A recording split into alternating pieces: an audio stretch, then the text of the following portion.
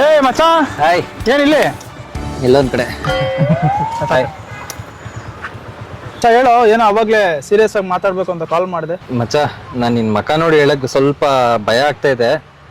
ಏನಿಲ್ಲ, ನಾನು ನಿನ್ ತಂಗಿನ ಲವ್ ಮಾಡ್ತಾ ಇದೀನಿ ಮಚ್ಚ.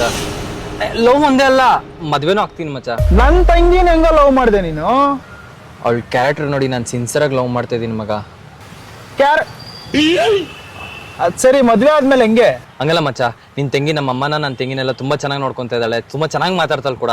ಅದಕ್ಕೋಸ್ಕರ ಅವಳಿದ್ರೆ ನನಗೆ ಲೈಫಲ್ಲಿ ತುಂಬಾ ಚೆನ್ನಾಗಿರುತ್ತೆ ಅಂತ ಅನ್ಕೊಂಡಿದೀನಿ. ಪ್ಲೀಸ್ ಮಚ್ಚ. ನಾನು ಹೇಳೋದನ್ನ ಫಸ್ಟ್ ಕರೆಕ್ಟಾಗಿ ಕೇಳಿಸ್ಕೊಳ್ಳೋ. ಅವಳು ಬಂದಂದ್ರೆ ನೀವ್ ಯಾರು ಹಿಂಗಿರಕ್ ಆಗಲ್ವೋ?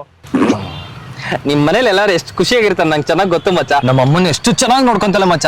ನನ್ನ ತಂಗಿ ಮದುವೆ ಕೊಡೋಣ, ಇಬ್ರು ಜೊತೆಗೆ ಸೇರಿ ಮಾಡೋಣ ಅಂತ ಹೇಳಿದಳೆ. ಪ್ರಾಮಿಸ್ ಮಚ್ಚ, ಇದನ್ನ ನೋಡಿನ ಅವಳ ಕ್ಯಾರೆಕ್ಟರ್ ಇಂದ ನಾನು ತುಂಬಾ ಟ್ರೂ ಆಗಿ ಲವ್ ಮಾಡ್ತಾ ಇದ್ದೀನಿ. ಅವಳ ಮದುವೆ ಮಾಡ್ಕೊಂಡ್ರೆ ಲೈಫ್ ಹ್ಯಾಪಿ ಆಗಿರುತ್ತೆ.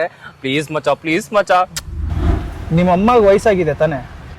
ಮಚ್ಚ, ಆದ್ರೆ ಅದಕ್ಕೆ ಮಚ್ಚ ನಾವು ಪ್ಲಾನ್ ಹಾಕಿರೋದು, ನಾವಿಬ್ಬರು ಬೇಗ ಮದುವೆ ಮಾಡ್ಕೊಂಡ್ಬಿಟ್ರೆ.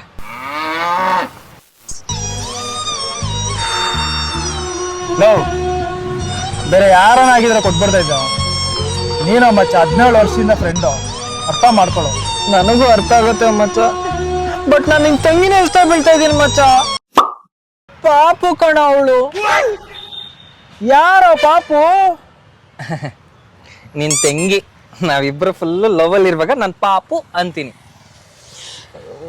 ತಾನೇ ಮಾಡ್ಕೊಂತಲ್ಲ ಗುರು. ಸರಿ ಹೋಗು ಮಚ್ಚ, ಹಂಗ ನಾಳೆನೆ ಮದ್ವೆ ಕೆಲಸ ಸ್ಟಾರ್ಟ್ ಮಾಡ್ಬಿಡ್ಲಾ?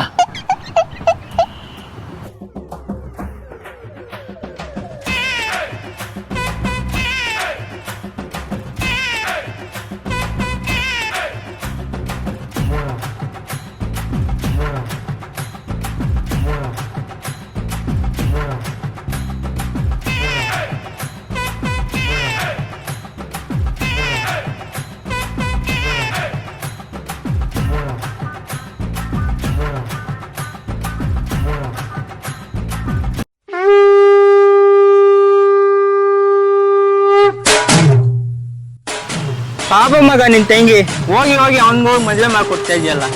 ಅಯ್ಯೋ, ಮುಂದೆ ಮುಂದೆ ಗೊತ್ತಾಗತ್ತೆ ಮಚ್ಚ ಯಾರು ಪಾಪ ಅಂತ.